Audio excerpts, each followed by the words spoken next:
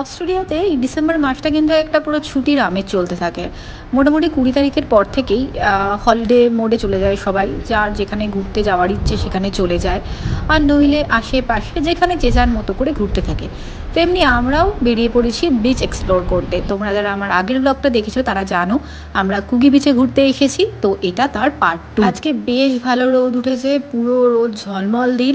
আর আগেরবার আমরা বিচে এসেছিলাম যখন তামারামা বিচ, তোমরা ব্লগটা তো দেখেছো, পুরো বৃষ্টিতে ভিজে ছাতা মাথায় নিয়ে কোনো মজাই করতে পারিনি। তো আজকে বেশ ওয়েদারটা ভালো বিচে আসার জন্য, তাই ভালো করে এনজয় করা যাচ্ছে। এখানে সব সময় বিচের উপর দিয়ে হেলিকপ্টার উঠছে, কারণ ওরা সব সময় অবজার্ভ করে, আর নিচে রেস্কিউ টিম তো অলওয়েজ রেডি থাকে।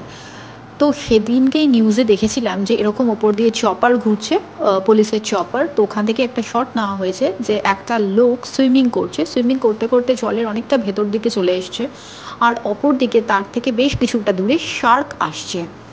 তো যে মানুষটি সুইমিং করছে সে তো দেখতে পাচ্ছে না, কিন্তু চপার থেকে দেখা যাচ্ছে। তো তারা সাইরেন বাজিয়ে দিয়েছে, তো ওনাকে রেস্কিউ করার জন্য আর কি যাচ্ছে। না হলে মানে বুঝতেই পারছো তো কি সিচুয়েশন হতে পারতো। যাই হোক, তার কিছু হয়নি, সে একদম ঠিক আছে। এদিকে দেখো তোমরা সবাই, জ্যাজ, লিও পুরো ফুল ফ্লেজেডে বালি নিয়ে খেলতে শুরু করে দিয়েছে। ওদের আর কোনো দিকে মন নেই। আমি জানতাম এর আগের দিন আমরা ওই বালি নিয়ে ওই খেলার জিনিসগুলো নিয়ে যাইনি বলে ওরা যা পারছিল এটা সেটা আমাদের জুতো ফুতো নিয়ে খেলতে শুরু করে দিয়েছিল। তো আজকে তাই জন্য আমরা নিয়ে গেছিলাম। আর জ্যাজ লিও দুজনেই কিন্তু জলের কাছে যেতে প্রচণ্ড ভয় পায়। শিলাদিত্য ওদের নিয়ে যাচ্ছে জল নিয়ে আসার জন্য, যাতে ওই ক্যাসেল, ক্র্যাব, ওই যেগুলো শেপের আছে ওগুলো ভালো করে বালি দিয়ে বানানো যাবে। কিন্তু কোলে উঠেও জ্যাজ একদম যেতে চাইছে না, প্রচণ্ড ভয় পাচ্ছে। এখানকার ট্রান্সপোর্ট জানো তো প্রচণ্ড ভালো, যাদের গাড়ি নেই তাদের কোনো রকম অসুবিধে হয় না লোকাল ট্রান্সপোর্টে ট্রাভেল করতে।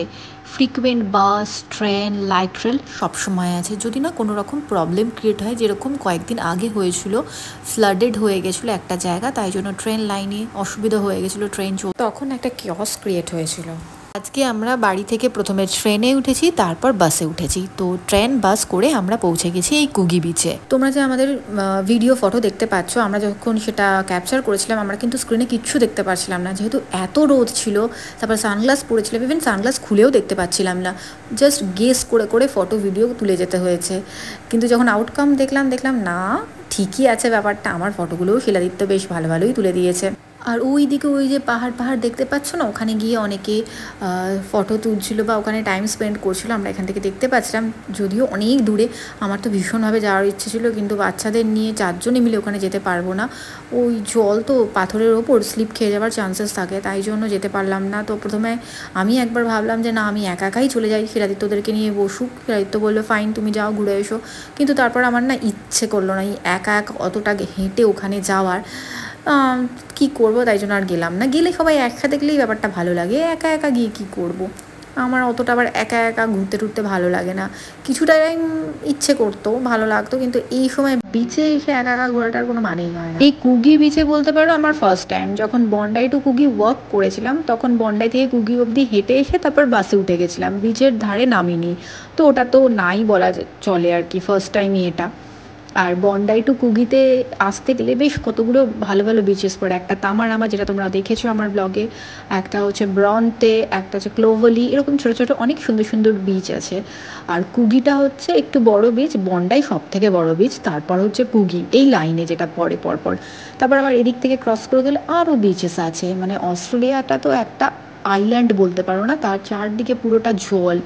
তো এই দেশে বা এই কন্টিনেন্টে প্রচুর বিচেস আছে।